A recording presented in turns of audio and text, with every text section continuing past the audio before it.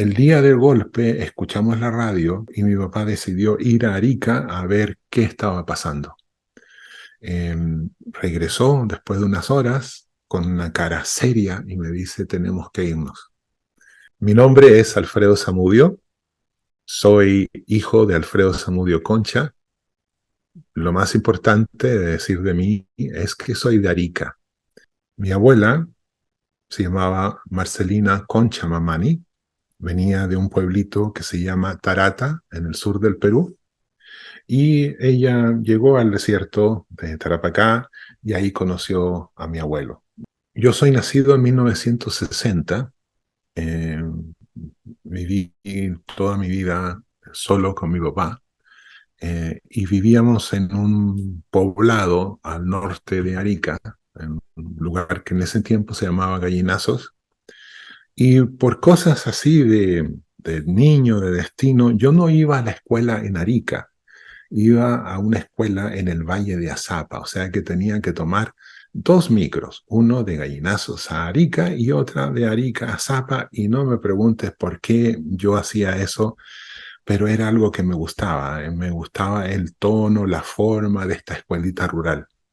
¿Y por qué es importante para mi memoria? Porque como tomaba el bus tanto rato, leía los rayados, me daba cuenta del tono de la ciudad, de lo antagónico que era todo, y nos dimos cuenta, mi papá y yo, que algo estaba cambiando como en agosto del 73. Mi padre era un simple simpatizante del Partido Socialista, un pequeño constructor privado que hacía cositas así de construcción. Antes había sido un perforador de pozos de agua. Y mi papá tenía una apariencia especial, era una persona alta, usaba siempre un casco de obrero, tenía unos dibujos grandes del Partido Socialista y la revolución y eso así en afuera de la casa. Era una persona poco diplomática, para decirlo así. El día del golpe escuchamos la radio, yo tenía 12 años y tanto, escuchamos la radio y mi papá decidió ir a Arica a ver qué estaba pasando. Eh, Regresó después de unas horas con una cara seria y me dice, tenemos que irnos. Yo no entendí muy bien qué significaba teníamos que irnos, ¿sí? Pero me dijo, ve a la tienda, al almacén, fui, mientras que estaban en el almacén, alguien me dice, vienen a buscar a tu papá, y a lo lejos ahí yo lo vi que lo estaban deteniendo, lo metieron yo vi que alguien le puso la mano así para entrarle un auto, pasó ese auto delante mío, y ahí cambió mi vida. Yo llegué a la casa, estaba todo destruido, ya no era mi casa. Cogí su camisa que estaba ahí en la cama de él, lo llevé a la cara, eh, sentí su olor y me di cuenta que ya no estaba. Y ese para mí siempre en mi memoria, en todos estos 50 años, siempre ha sido como el momento más triste absoluto de la vida. No hay nada más triste que ese momento. Y ahí empezó mi vida, mi papá fue detenido, fue unos meses después condenado, un par de meses después condenado a 11 años de cárcel. Esa misma noche yo fui caminando, hice dedo, alguien me llevó a Arica y me alojé en la casa de un amigo de mi papá. El amigo se llamaba Gastón Valenzuela. Y mientras que estábamos con Gastón, llegó otro amigo que se llamaba Oscar Ripoll. Y vimos las noticias y ellos lloraban. Yo estaba impresionado porque yo era niño y no había visto hombres llorar de esa forma. Cuando vieron que salía en una camilla, sacaban a Allende de la moneda y escuchábamos a lo lejos. Estábamos así como a una cuadra y media de la gobernación de Arica, entonces había mucha protección militar, un tanque que pasaba, mucho susto. Y yo me quedé con Gastón un par de días, un poco más, y a Gastón lo detuvieron el 9 de octubre del 1973. y lo fusilaron el 20 de octubre. También a Oscar y a otro amigo de mi papá que se llamaba Manuel Donoso.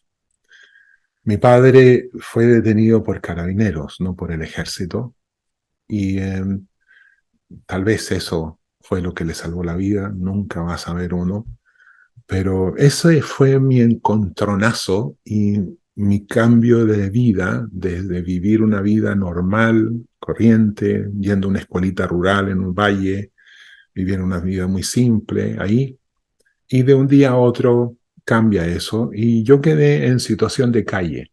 Eh, Te contaba que yo vivía solo con mi papá y tuve que improvisar dónde comer, dónde dormir, eh, cómo protegerme. Después de unos meses tuve ayuda de unos familiares durante algunos meses y fue muy útil también esa ayuda, me salvaron la vida, pero las cosas fueron así que esa ayuda tomó un fin y tuve que seguir camino solo, siguiéndole la ruta a mi papá. Y yo lo fui siguiendo de cárcel en cárcel. Primero estuvo en Arica, después La Serena, después la penitenciaría en Santiago y después Capuchino, el anexo Capuchinos en Santiago. Una de las cosas que sucede con todo este trauma de nuestro país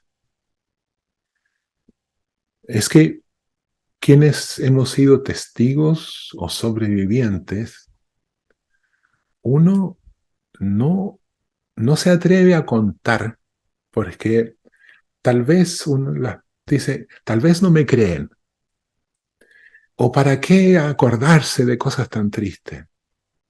Yo empecé a contar lo sucedido conmigo como niño recién hace como 7, 8 años atrás. Y yo ya soy un viejo, yo tengo 63. Y pues son muchas las razones de guardar silencio, pero es importante también, además de mi decisión de contar, es también crear el espacio para que podamos escuchar. Porque hay muchas personas en Chile, muchas, o que fueron testigos, o que vieron, o que sintieron, o que les pasaron cosas, pero también personas que son hijos de perpetradores o hijos de personas que estaban trabajando en la cárcel como gendarmes y que tal vez sus papás les contaron cosas. Es muy importante para el puzzle de nuestro país de reunir todas esas piezas. Pero ¿cómo nos damos permiso nosotros mismos como personas de contar y cómo nos damos permiso como país de escuchar? Eso es un gran desafío.